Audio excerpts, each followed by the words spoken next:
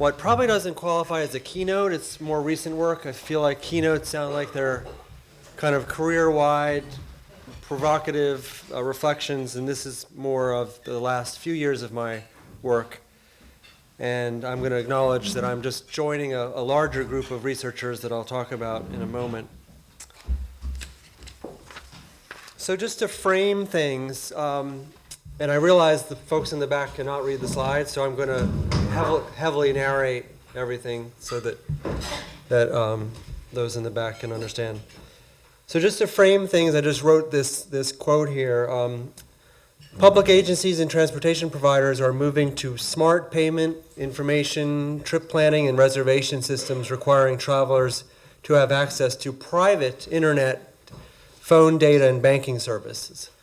So this juxtaposition of public transit and agency activities with the need for private activity is a new tension, I think. So then what we're asking here generally is what steps can be taken to ensure universal access to the coming wave of these transportation innovations. Just as a side reflection, the last time that we relied heavily on the private sector for mass mobility was arguably the streetcar era. And they ran those systems into the ground, and there was a real struggle between public interests to regulate those and private interests in profit making from land development and other side schemes, so that it seems unlikely that the next wave will be that different from that, but we'll have to wait and see. But this work is trying to get at how these private systems are potentially excluding a lot of folks. And this came to me by chance, I guess. The city of Portland applied for a U.S. Department of Transportation Smart Mobilities grant, and the city of Cleveland won, but Portland was a finalist. And they decided to try and follow through as best they could with their $50 million requests on their own, not receiving the federal funds.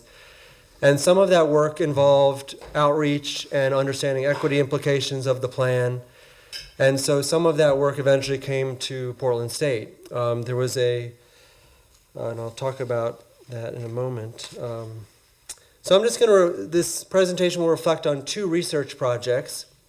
The first one is part of this Smart Cities plan, and the second one will be more recent work looking at transit fare payment technologies.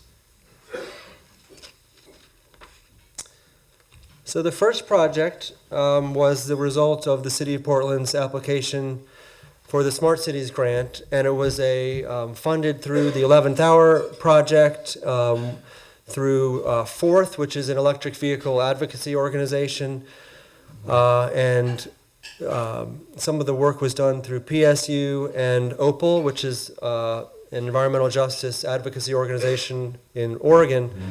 That works on housing and transportation. I'm also on the board of OPAL and very involved in some of their research in support of their transit advocacy.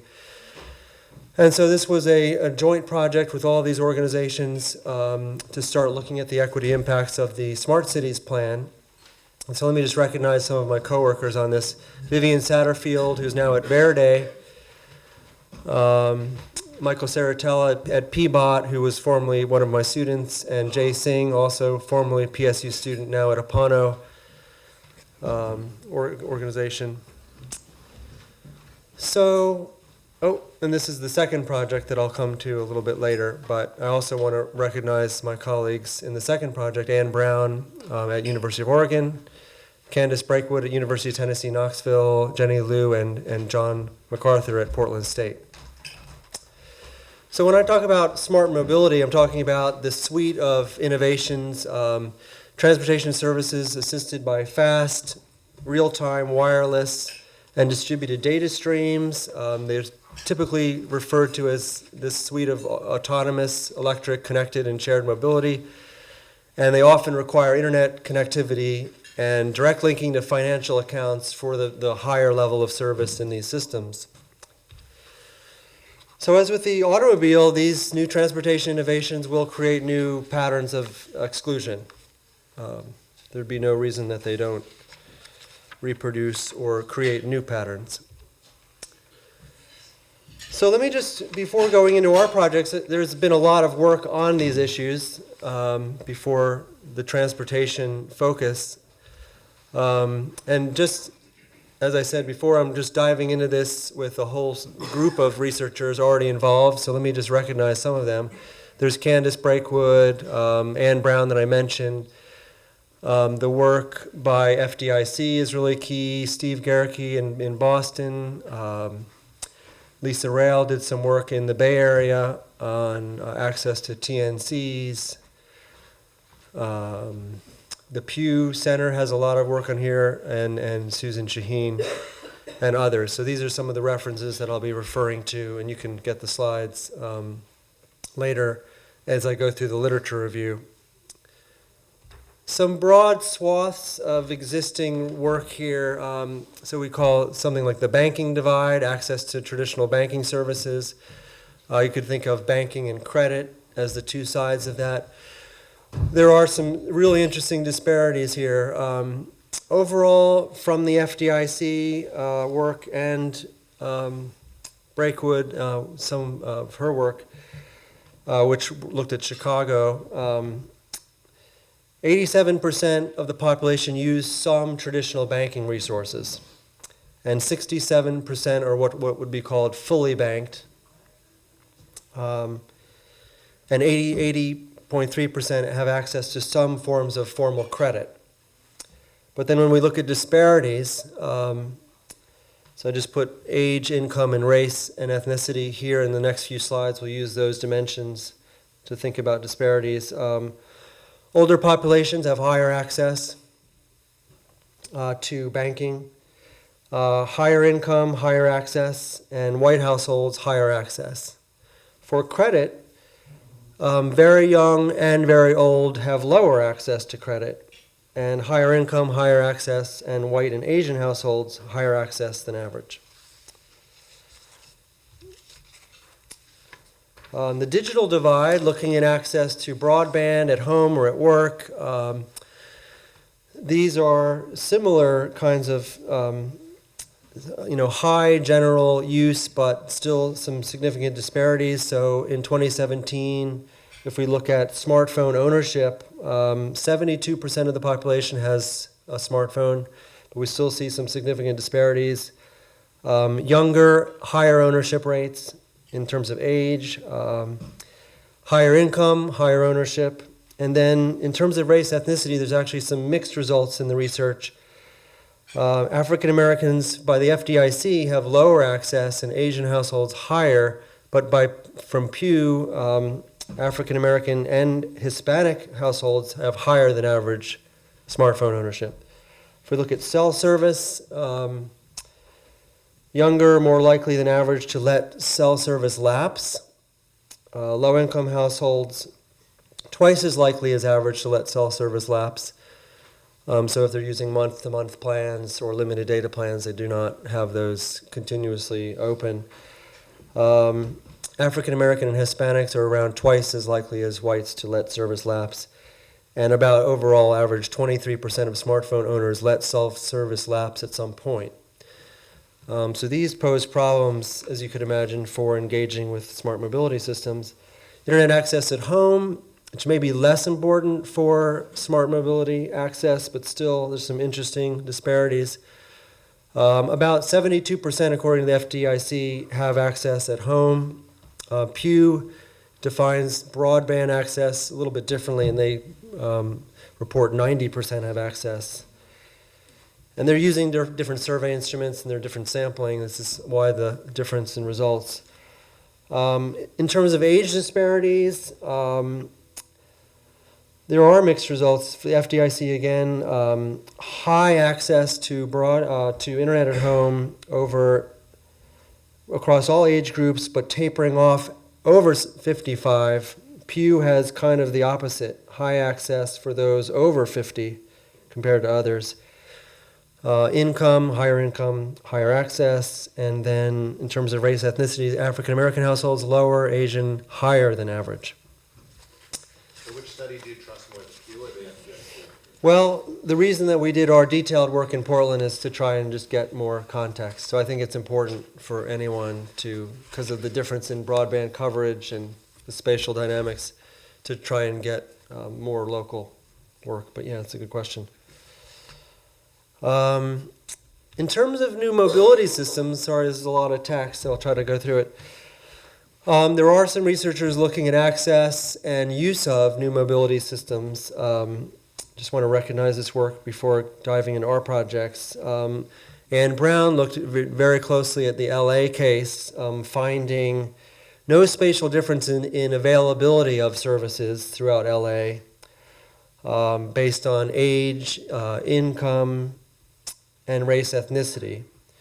Some work by Schaller, which is a TRB report, had similar findings nationally, looking across different metro areas. But of course, the coverage, if you look at overall, the geography, the coverage varies by region. I was in Kansas recently, and yeah, there was one or two Uber drivers cruising the entire metro area. This was Manhattan, Kansas, and they were about a half-hour wait, and the person was actually picking up and dropping off multiple people, claiming that people had been dropped off, and then picking up. And so it was a really interesting situation. If you have limited supply, it changes the dynamic of these systems quite drastically. In terms of use of these new mobility systems, it's only a few percent of all trips nationally and in most metro areas. But then when we look at disparities, some work by Manish Shirogar, actually here in Canada, looked at significant barriers due to age and technological proficiency. And then the TRB report from Schaller found higher TNC use among younger folks.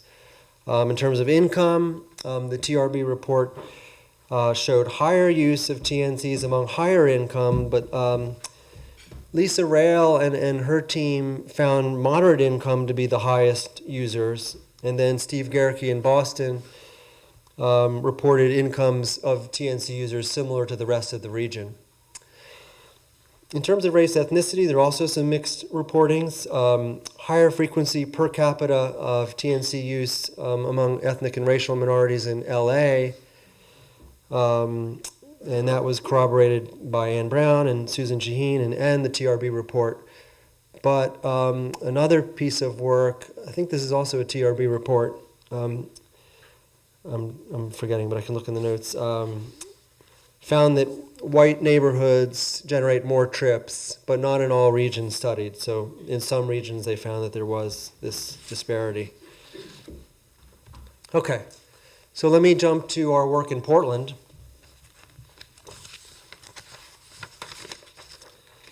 So we had three basic questions here.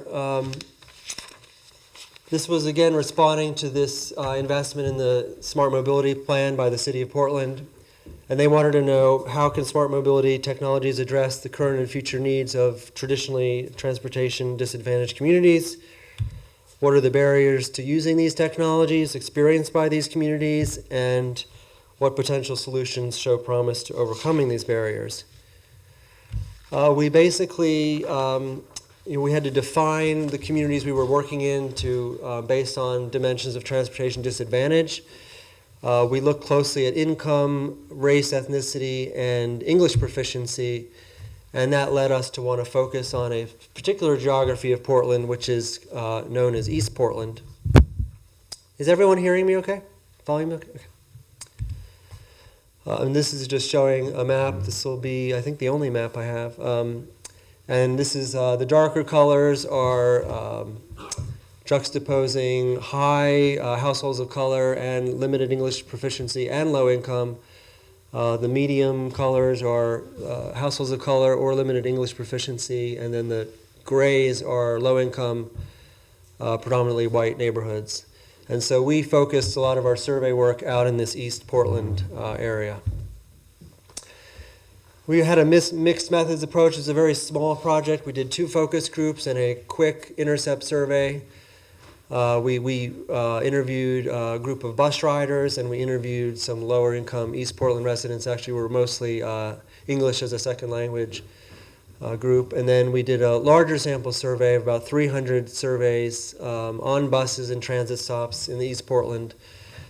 About half the respondents were respondents of color. About half had incomes lower than the regional median. And there was a pretty even distribution between millennials, Gen X, and boomers. Millennials being defined less than 35, Gen X 35 to 55, and boomers we just kind of had as over 55. It's roughly accurate. So some results from this. Broad overall findings quite interesting. A third auto, a third transit, and a third bike walk mode share for this 300 survey group, which was a little bit surprising. Some disparities in the bike walk portion of that by age, but not so much by the other dimensions we were looking at. Another thing overall for this group, 40% used cash to pay for transit on board, which was a bit surprising. And then access to internet and smartphones for the whole group was very high. 90%. Still about a quarter of the group were data plan constrained. So for those using smartphones, they at some point during the month were running out of data. When we look at disparities, the lower income group used the TNCs the most, Uber and Lyft. At about 4% of their commute trips were on Uber or Lyft, which was surprising. Our high income group, which was the balance of the survey group, had no commute trips on Uber or Lyft. So that difference was quite surprising. Our lower income and respondents of color are more likely to pay cash on board, higher use of public transit information on the smartphone. The disparities I'm going to talk about were all statistically significant. There were other mild differences that I'm not going to mention. Our higher income and white respondents, greater use of online and mobile ticketing for transit. Let me catch up here. And stop me if there's ever any questions. And our older respondents, the boomers, were more likely to purchase tickets from TriMet offices. TriMet is our transit provider. Or at retail outlets where you can also purchase transit tickets, which is not an easy way to get them. There are only a few TriMet offices, and the retail is relatively limited as well. Our higher income and white respondents, greater use and access to internet at home and work. Our low income respondents, higher likelihood of canceling cell service or relying on public Wi-Fi hotspots and cafes to reduce their data use. Our respondents of color, slightly higher smartphone ownership. I don't think it was significant, but that was an interesting finding, and it was corroborated by the work we're doing now. And our boomer respondents, lower smartphone ownership by a lot, down to 73%, and lower use of public Wi-Fi and internet in general compared to the other groups. In terms of banking divide, our higher income and white respondents had greater access to credit, savings, and more comfort in linking their accounts to online and smartphone applications. Our boomers, though, although they had high access to credit, this is going to corroborate a bit with the income, they had high access to credit and savings, they had much less comfort in linking their accounts into the smartphone applications. From focus groups, we talked a lot about language translation. That came up because of the groups we were working with. So this respondent kind of lamented the fact that a lot of the signage was only in English. They were lost one day, and some of these real-time update transit signs were only in English, and the conductor was giving some kind of update because I think the train was late or something, and it was only in English, and this was a problem. And so a lot of the smartphone applications are not translated to other languages, or it's very limited in the number of languages that they are translated to. So to be truly inclusive, that would have to change. Trust, privacy, and security came up a lot in our discussions. This was one quote: I do have a bank account, but I'm afraid TriMet will use it and share it.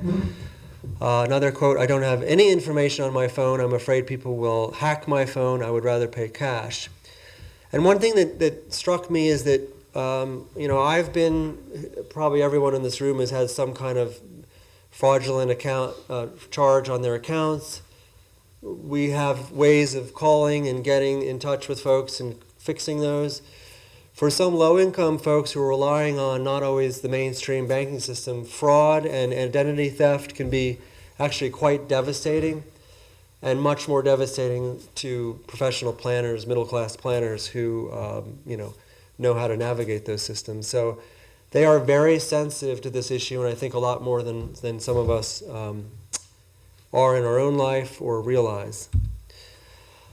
We asked them in a kind of, not with a lot of information about the cost of these policies, about how they would want to solve some of these barriers. And they were very interested in improving real-time communication between transit vehicles and some of these apps.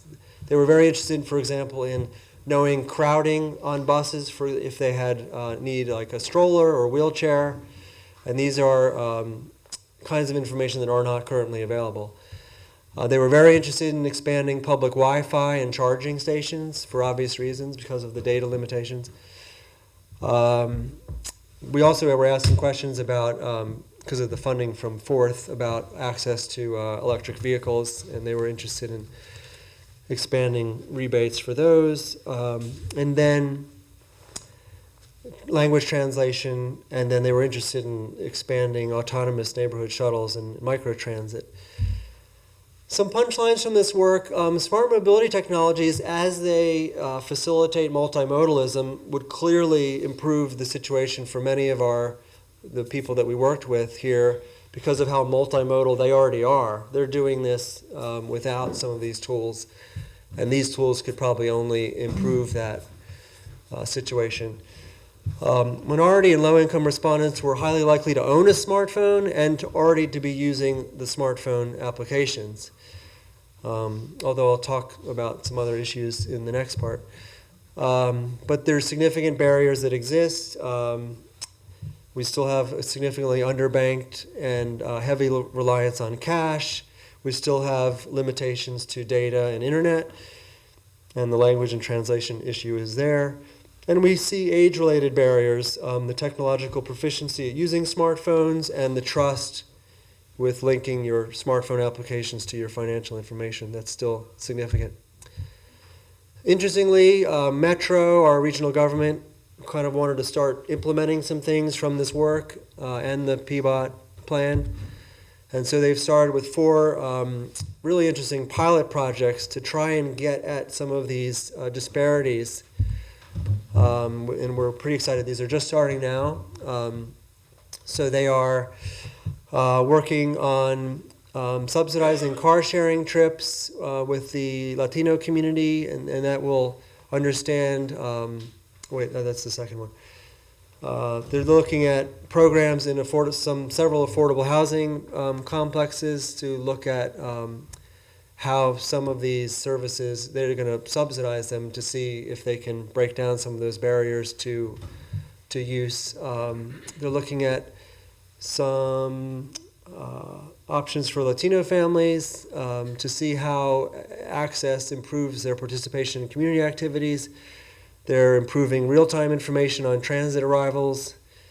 And then they're looking at how to bring some of these real-time technologies to paratransit and folks with mobility challenges.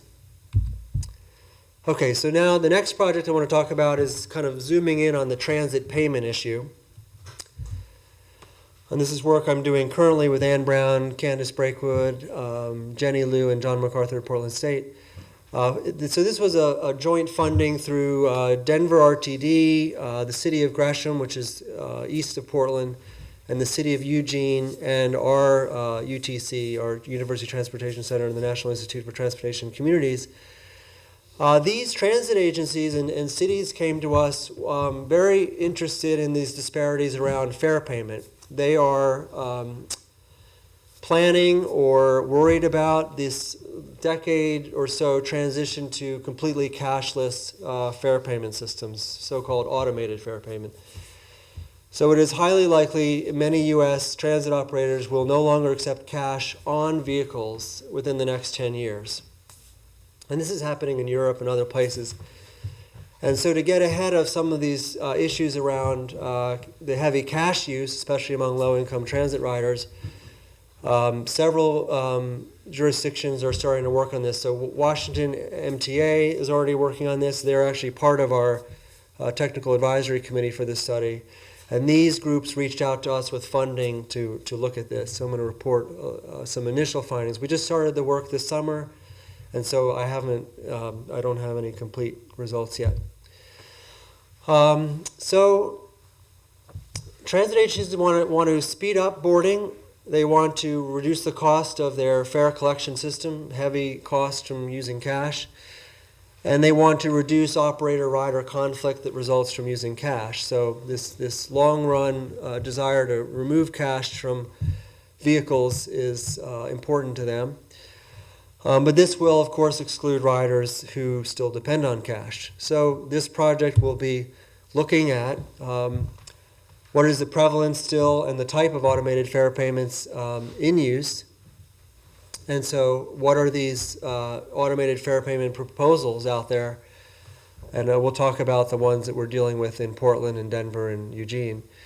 How do these automated payments exclude different riders? So we're looking at different dimensions of exclusion. You have geographical exclusion because some of them allow you to use cash at retail to purchase passes, which then can be used on the vehicles. So that's kind of a workaround. But if you don't live near these retail outlets, then you're potentially stranded. Or you scratch your head and you have to get on a bus to get to the retail to purchase the pass. And of course, that doesn't make any sense. We have technology exclusion, like I already described, data and internet. You've got banking exclusion, the inability to link your accounts to the automated fare payment systems. And then you have other dimensions, language, trust. So what mitigation strategies are agencies putting out there, and how effective are these mitigation strategies, these workarounds? How many people are using them? How costly are those? And so that's what we're going to be answering in this project. We have not gotten through all of this yet. I'll just describe the work that we've done so far.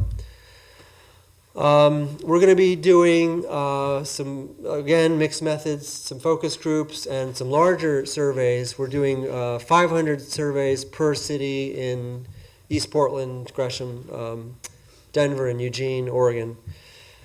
And then we'll be kind of compiling this into an effectiveness study to see who's using what workarounds and how effective they are. So some preliminary results. And how am I doing? Okay, cool. Perfect. So we did some focus groups. We looked at older adults and, again, non-English speakers or English as a second language, recent immigrants, and what we did find, it was pretty interesting. There was a really diverse way that people are using their phones and apps that we were not aware of. Let me just get...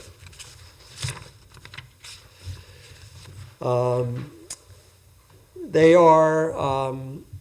a lot of users we found are not actually downloading any apps. They use the phone as it came from the store, and they are not aware that you can actually add new features to the phones. They are we again unearthed this concern about linking financial information to the apps.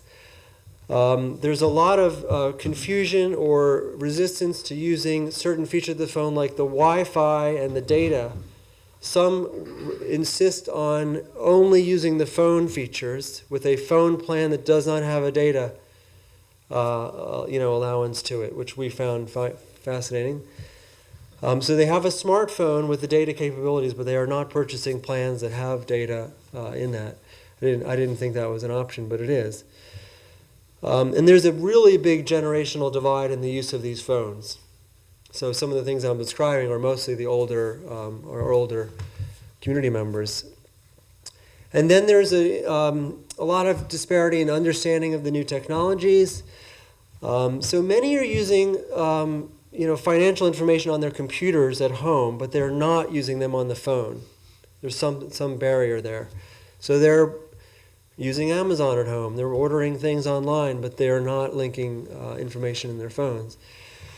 There's a lot of confusion about, in general, how transit fare payments work and all the different options. So as agencies are adding smart cards and mobile ticketing, which are smartphone-based ticketing, people aren't aware of how those work.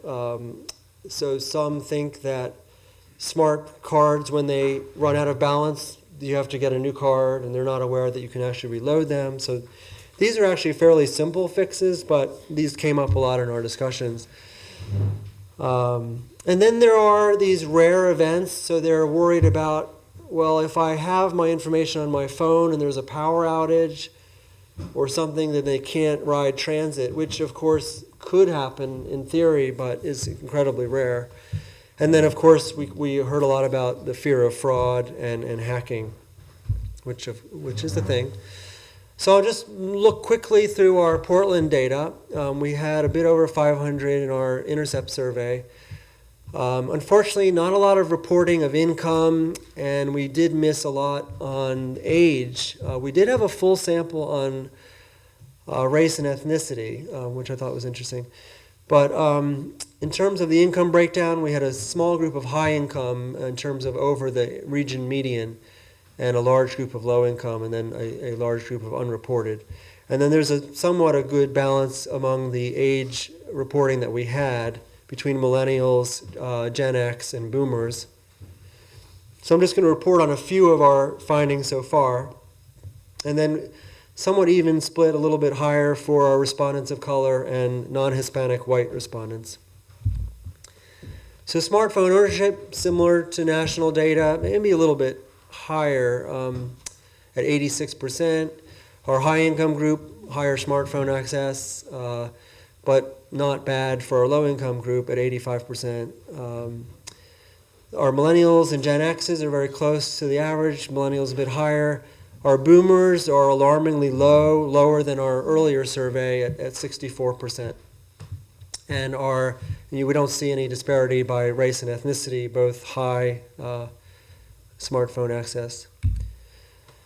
Concerned about data limits during the month, during a plan, still in that 20 to 30% range that we found in our early survey. Our high-income respondents were more concerned about data limitations. And again, some of this goes not to the plan quality, but to the use. So if you're using it a lot, then of course you become more concerned with data. Our low-income respondents were less likely to be concerned, but they might be using less intensive applications. Similarly, we found that trend with our age groups. Millennials were slightly more concerned than our Gen X, but they might be using more data-intensive applications. And similarly, slight disparity by race and income, but nothing alarming. Internet and credit access. Internet access overall, no access was about 20% of our sample. Our high-income group was a lot lower, at only about 10% had no access in any way. But our low-income group was significantly higher at about 24%. There weren't significant disparities for the other groups. No access to credit cards was actually alarmingly high at 46% of our total sample. The low-income group was a bit higher than that, with our high-income group significantly lower, and there weren't a lot of disparities by age or ethnicity or race in terms of access. Yep. Is the credit card also the kind of debit Visa card? Like not a normal bank card that is part of the Visa system, would that be considered credit? Yeah, that's not this question. I do have that question. I just didn't put it in. This is a traditional credit card. Going into correct debt.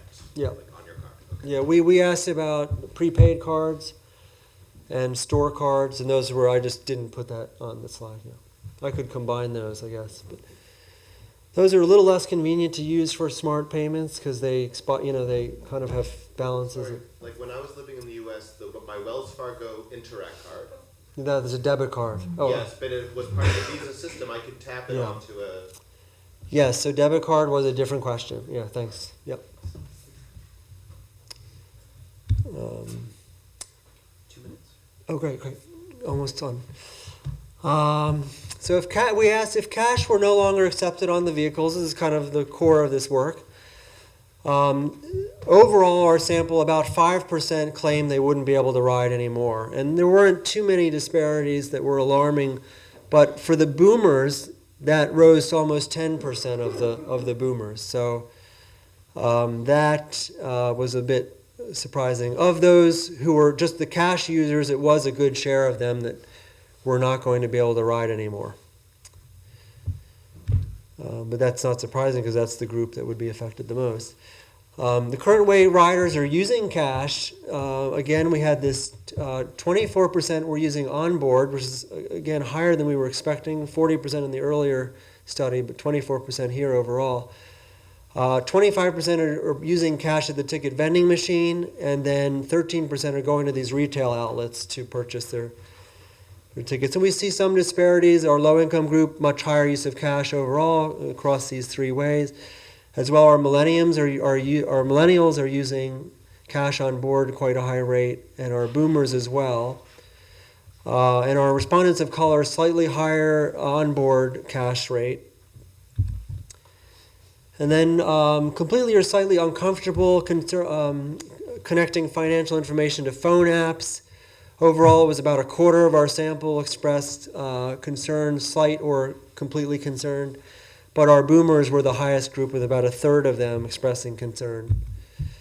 So looking forward, issues for research and practice, just reflecting on these discussions in our sample.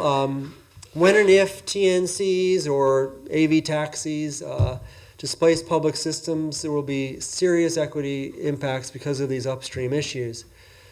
Further income and age-based exclusion.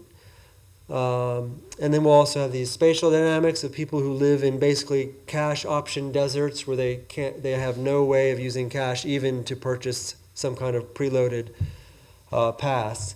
And I think governance is key. So how are these smart mobility systems going to be governed? We need, I would argue, a public utility model, and some cities are actually using this basic structure, so they're treated as a public utility. They're effectively public monopolies, and they should be treated as such with oversight. And I think we have a strong push on that in Portland. We didn't allow Uber and Lyft for some time, and then we allowed, after some requirements on data sharing and ADA access. So can we create this strong public oversight role similar to the private streetcar era, although at that point it kind of drove them into the ground, but there were other dynamics happening. They were also divesting at the same time. Or should we municipalize some TNCs, take them over since they're providing public service? Finally, I think my last slide. What are the advocacy levers here to address these new this new landscape of exclusion? Who are the stakeholders? Who are the coalitions? What are the legal tools? So we have this potential discrimination based on age if we were to completely move to these systems, and now we see that there's this age and technology-based exclusion. Is there a right to public Wi-Fi or ways to add data? Is there a right to a smartphone if it's becoming so central to public systems? And some cities are actually pursuing these approaches as well. Thanks. Any discussion?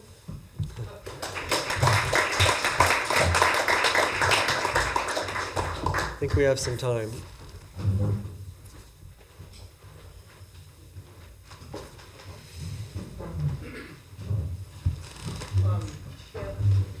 Great work. Pushing all the buttons. Yeah, it is great. Let's see. Anyway, I'll just talk loud. Great work. Interesting results. I would suggest that we expand our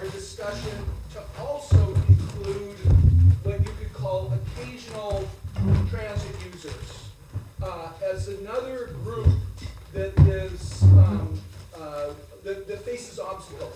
For example, if I'm a visitor from another city, I drop in, and if I was required to download an app, I'm not going to bother. For occasion, but even more important, I think a hook that actually might get some traction is to point out that getting people to not drive after they've been drinking is a very important occasional use. And there's actually research showing that when late night public transit service increases, drunk driving rates decline. And so I would suggest that transit advocates and ride-hailing service advocates could promote convenient access to those services as a traffic safety strategy. And the scenario I would envision is you would establish a set of access points. That is, the information people need and a convenient payment device in bars and pubs and restaurants. And the city could actually demand that every pub or every bar be either selling at a discount or giving away a free transit pass after somebody's drunk, consumed so many drinks or something. Okay. Yeah, let's get to another question. But thanks, Todd. Thanks. That's a good point. Yeah. So maybe we should take 3 questions and then have a chance for Aaron to respond. Great. Thanks, Aaron. Just wanted to note, you talked about how public transit agencies are probably going to move away from accepting cash in future. Like I noticed on the way down here, I took the train from Montreal, and Via Rail had just put in a policy to only take credit cards on board, and they won't even take like the debit visas and stuff like that. And so I wonder, like, if public agencies should kind of be like the last ones to exclude cash, like if we're trying to think from an equity perspective. You mentioned that we could possibly think about municipalizing TNCs. I'm wondering, your research is in Denver, and Denver was one of these first cities to, say, work with Uber to put public transit into these apps. Are you also concerned with how these private trip planning apps are kind of taking over how people engage with mobility? And should that be something that maybe we're looking at municipalizing instead, kind of the way that people access mobility through these smartphones? And just finally, a point of clarification. You said that 4% of Uber low-income users were relying on Uber and Lyft. Did you ask them why that is? Do you know if that's just due to times when the transit is bad and they can't access it, they're replacing taxis with Uber and Lyft? Thanks. Yeah, so Todd, yes, we're working with Streetcar actually because they have a heavy tourist population, to look at the impact of cash on tourists. So that's a separate project that I didn't talk about, but it's a good point.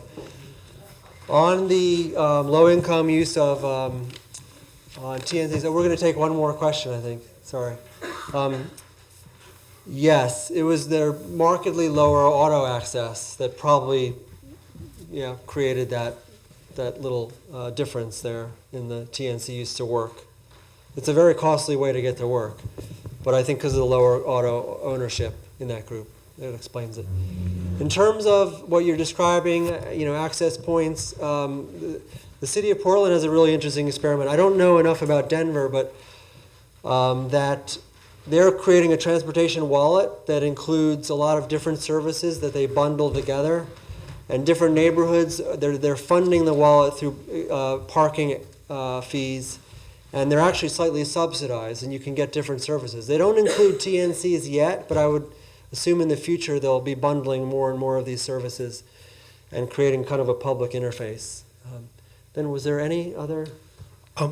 Just we have time for maybe sorry. one. I just want to know what you meant by municipalized TNC. I find that intriguing. Well, if you look at the streetcar era, there was a movement to municipalize streetcars that were running themselves into the ground. San Francisco was the first one in the U.S. to do this, to create a public agency that would deliver that service.